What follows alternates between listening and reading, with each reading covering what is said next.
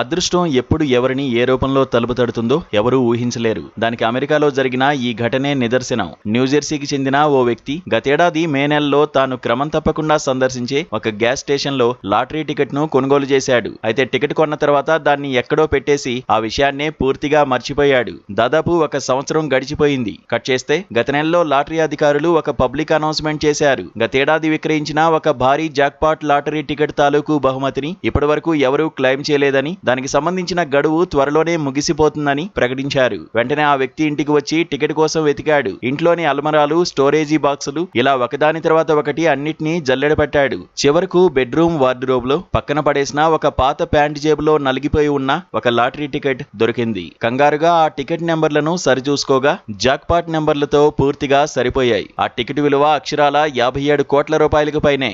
గడువు ముగియడానికి కేవలం 8 రోజుల సమయం మాత్రమే ఉండడంతో అతను వెంటనే లాటరీ కార్యాలయానికి పరుగులు తీసి తన ప్రైజ్ మనీని అధికారికంగా క్లెయిమ్ చేసుకున్నాడు.